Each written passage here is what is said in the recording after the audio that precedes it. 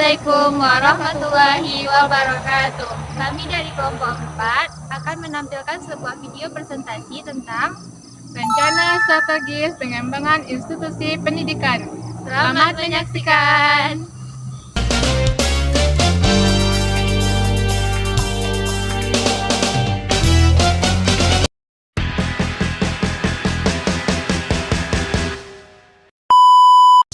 Perencanaan strategis adalah suatu kerangka berpikir logis yang menetapkan di mana Anda berada, kemana Anda pergi, dan bagaimana Anda bisa sampai di sini.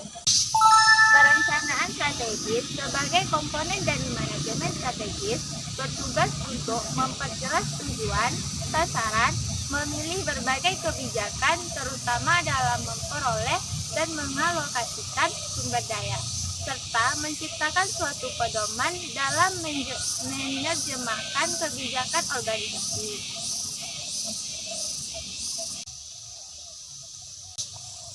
Berdasarkan jangka waktunya, perencanaan dapat dibagi menjadi perencanaan jangka panjang dan jangka pendek.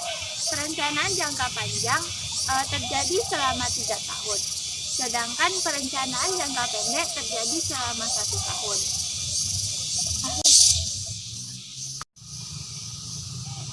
Menurut keputusannya, rencana dapat dibagi menjadi rencana direksional dan spesifik.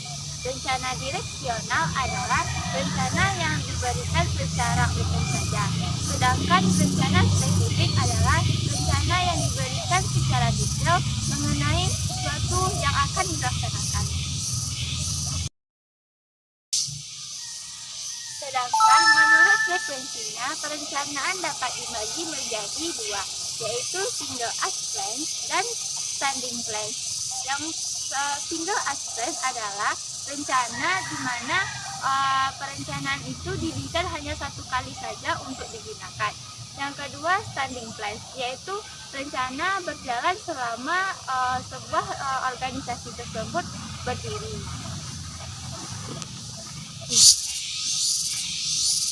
Penyerapan perencanaan strategis. Apa sih penyerapan perencanaan strategis itu?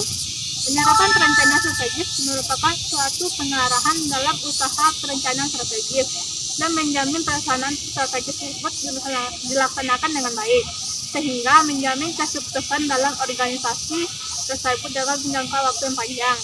Dengan adanya strategis itu, perencanaan dapat berjalan dengan baik dan dapat terarah dengan sesuai dengan strategis dan perencanaan tersebut. Fokus perencanaan strategis. Yang pertama yaitu formulasi misi dan tujuan. Apa sih formulasi misi dan tujuan itu? Formulasi misi dan tujuan ini adalah apa usaha kita dan apa usaha kita sebenarnya. Apa usaha kita yang harus kita lakukan terlebih dahulu sehingga strategi yang kita lakukan ini dapat terlaksana dengan baik. Selanjutnya yaitu analisis tujuan.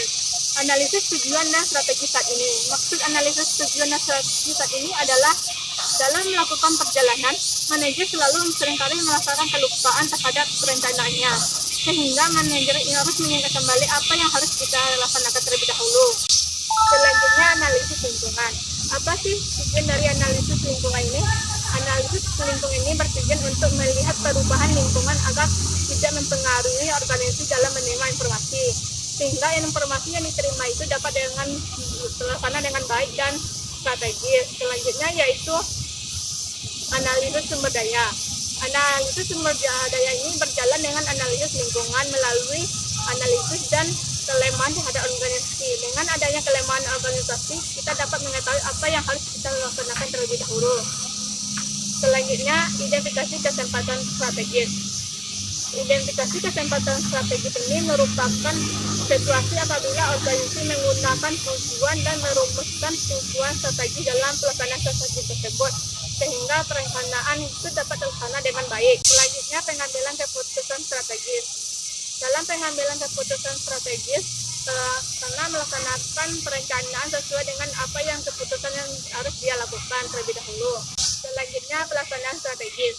Dengan pelaksanaan strategis, kita dapat melaksanakan dengan baik berdasarkan perencanaan tersebut.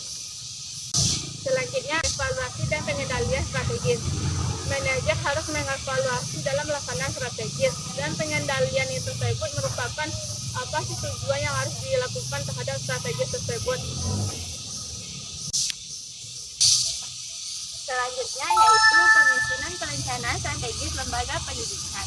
Dalam perencanaan ini meliputi visi, misi, tujuan, dan rencana kerja sekolah madrasah, sehingga setiap sekolah wajib merumuskan dan menetapkan serta mengembangkan visi, misi, tujuan, dan rencana kerja di sekolahnya. Untuk melihat efektivitas implementasinya, perencanaan strategis di sekolah dapat dilakukan monitoring dan evaluasi. Oleh karena itu, perencanaan strategis dalam implementasinya akan tergambar. Fokusnya ini adalah komitmen dari sebuah manajemen. Selanjutnya, proses dan tahapan penyusunan strategis. Apa saja sih tahapan penyusunan perencanaan strategis itu? Yang pertama, berdasarkan madrasah atau sekolah. Hal yang harus diperhatikan dalam madrasah sekolah ini adalah pendidikan terhadap lingkungannya dan bagaimana terhadap lingkungannya itu. Lingkungan ini dapat mempengaruhi terhadap perencanaan strategis tersebut. Selanjutnya yaitu tahapan terhadap madrasah atau sekolah yang pada umumnya. Yang pertama yaitu internal, mencakup dalam mutu pendidikan, kurikulum, manajemen pengolah, manajemen pelayanan, sarana dan prasarana. Ini dapat mempengaruhi terhadap perencanaan strategis terhadap sekolah dan dunia pendidikan. Selanjutnya eksternal. Eksternal ini mencakup dalam terhadap pemerintah dan masyarakat, karena madrasah seringkali tidak mendapatkan pembiayaan terhadap anggaran, karena anggaran di pendidikan sangat besar, sangat bermanfaat, sehingga perencanaan itu dapat dilaksanakan dengan baik. Jadi kesimpulannya adalah perencanaan strategis adalah suatu proses perumusan tujuan dalam jangka waktu panjang sehingga perencanaan terlaksana dengan baik. Dengan kata lain, perencanaan strategi adalah berhubungan dengan dampak jangka panjang dari keputusan yang telah dibuat.